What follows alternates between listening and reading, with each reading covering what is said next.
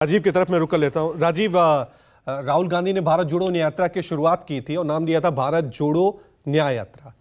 लेकिन जब जैसे ही शुरुआत हुई, एक एक करके तमाम जो उनके सहयोगी थे वो टूटने लगे, बिखरने लगे। ममता बनर्जी साथ छोड़ के चली गई थी, नीतीश कुमार पलटी मार चुके थे, अरविंद केजरीवाल अपनी अपनी बातें करने लगे थे। लेकिन अब धीरे धीरे जैसे आम आदमी पार्टी के साथ एक अलायंस हुआ और जैसे ही अब ये यूपी में पहुंचती है तो अखिलेश यादव भी इस यात्रा में शामिल होने जा रहे हैं। यहां से आपको लग रहा है, जो लग रहा था कि मुकाबला एक तरफा होने जा रहा है लोकसभा चुनाव 2024 का, थोड़ा सा मोमेंटम, ये नहीं कह रहे हैं कि टक्कर जबरदस्त हो रही है, थोड़ा सा मोमेंटम यहां पे इंडिया अलायंस विपक्ष ने आज हासिल करेगा जब प्रियंका गांधी, राहुल गांधी, अखिलेश एक साथ होंगे। आपका विश्लेषण?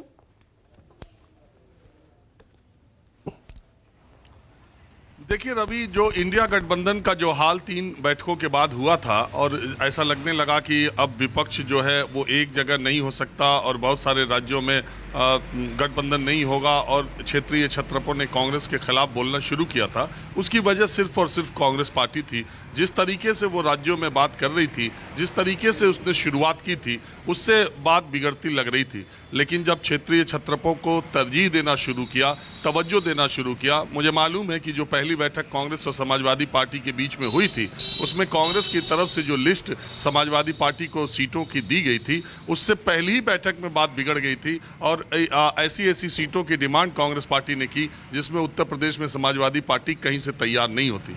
लेकिन जब कांग्रेस पार्टी ने जमीनी हकीकत के हिसाब से क्षेत्रीय छत्रपों से बात करना शुरू किया तो धीरे धीरे गाड़ी पटरी पर आने लगी। इसमें दो राय नहीं है कि उत्तर प्रदेश सबसे पहला राज्य है जिसमें विपक्षी गठबंधन शेप लेता हुआ दिख रहा है और उसने एक आकार ले लिया है और उसकी सबसे ज़्यादा चर्चा भी हो रही है और सबसे ज़्यादा हम आप बात भी कर रहे हैं। इसमें भी कोई दो राय नहीं कि उत्तर प्रदेश में भारतीय जनता पार्टी बहुत ही ज़्यादा मजबूत स्थिति में है और 2014 और 19 से कहीं कोई कमजोरी उसकी दिखाई नहीं दे रही है। लेकिन कांग्रेस के साथ समझौते से समाजवादी पार्टी अगर अलग अलग लड़ते तो यकीन मानिए चुनाव से पहले ही पूरे रिजल्ट डिक्लेयर थे कि बीजेपी कितनी सीटें जीत जाती।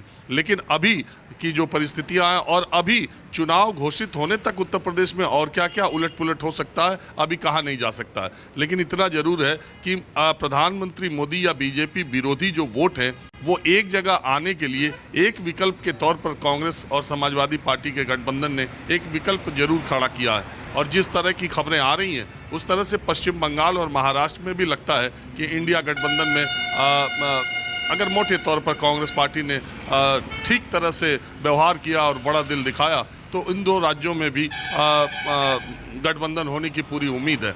और दूसरी तरफ अगर आप देखें एनडीए गठबंधन, इंडिया गठबंधन में तो कहीं कोई बात नहीं है क्योंकि वो पहले से ये तय था और बहुत पहले से आपके कार्यक्रम में भी मैं बोलता था कि 17-18 सीटों से ज़्यादा कांग्रेस पार्टी को समाजवादी पार्टी नहीं देगी और समाजवादी पार्टी ने उतनी ही सीटें दी और कांग्रेस पार्टी ने उतनी ही सीटों पर समझौता कर भी लिया। कुछ 2-4 सीटें थी जो कांग्रेस चाहती थी, उसके अलावा सीटों का नाम के हिसाब से हेरफेर हो गया लेकिन संख्या के हिसाब से वही रही।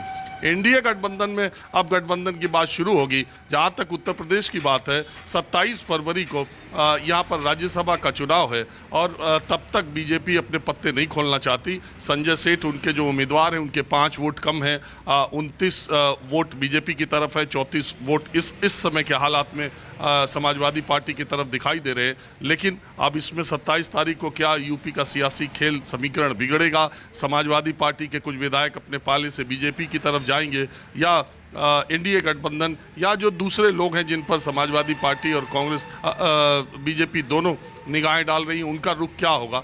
तो सबसे पहली प्राथमिकता उत्तर प्रदेश में अपने 8वें राज्यसभा उम्मीदवार को बीजेपी को जिताने की है। उसके बाद मुझे लगता है कि एनडीए गठबंधन में सीटों के बंटवारे पर बात होगी। ओम प्रकाश राजभर, जयंत चौधरी, संजय निषाद, अपना दल, इन सारी पार्टियों ने जोर लगा रखा है कि उन्हें भी लोकसभा की सीटें मिलनी चाहिए। भारतीय जनता पार्टी इनको क्या सीटें देती है और कितनी सीटों पर ये मानते हैं ये भी बहुत कुछ हद तक निर्भर करेगा। लेकिन इतना जरूर है कि जो एक बार बीजेपी के खेमे में चला गया उसका बीजेपी के खेमे से निकलना आज के दौर में बड़ा मुश्किल है। जो भी सीटें मिलेगी ये चुनाव लड़ेंगे। लेकिन इतना जरूर है कि उत्तर प्रदेश की राजनीति और चुनाव की जब हम बात करते हैं तो उसमें बीएसपी को नज़रअंदाज करना बहुत भारी भूल होगी, क्योंकि उसका अपना एक वोट बैंक है। बीएसपी अब चुनाव जीतने की स्थिति में जमीनी स्तर पर तो दिखाई नहीं देती, लेकिन चुनाव में किसको फायदा और किसको नुकसान पहुंचा सकती है उसकी बड़ी भूमिका होगी। और जब तक मायावती अपने टिकटों का बंटवारा नहीं कर देती, मायावती अंतिम तौर पर यह घोषित नहीं कर देती कि वो किधर है, तब तक उत्तर प्रदेश के सियासी समीकरण और चुनाव के नतीजे पर बात करना मुश्किल होगा। 15 सीटें पिछली बार सपा बसपा गठबंधन ने जीती थी। अब अगर आप देखें तो तकरीबन 10 से 12 सीटें उस बार के चुनाव परिणाम में ऐसे हैं जो कि कांग्रेस की वजह से सपा बसपा गठबंधन नहीं जीती थी। आपको अमेठी का हमेशा से दिलचस्प किस्सा मैं सुनाता ही रहता हूँ कि जब राहुल गांधी और स्मृति ईरानी में टक्कर हो रही थी और सपा बसपा गठबंधन था, तो हमेशा अमेठी और रायबरेली में मुलायम सिंह यादव ने एक स्टैंड लिया था कि वो गांधी परिवार के खिलाफ उम्मीदवार नहीं उतारेंगे। हालांकि एक बार उन्होंने राजनाथ सिंह के खिलाफ भी उम्मीदवार नहीं उतारा था। तो अमेठी की जो लड़ाई हो रही थी, सपा बसपा गठबंधन ने अपना उम्मीदवार नहीं उतारा।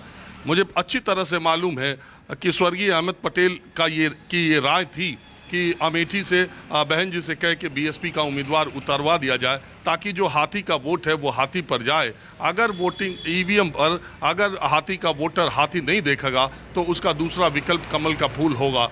और लेकिन राहुल गांधी ने उस वक्त इस प्रस्ताव को मना कर दिया था, और हुआ वही कि जब ईवीएम पर हाथी चुनाव चिन्ह वोटरों ने नहीं देखा मायावती के, तो उन्होंने फूल को अपना विकल्प चुना और कमल के फूल ने अमेठी में राहुल गांधी को हरा दिया 70,000 वोटों से।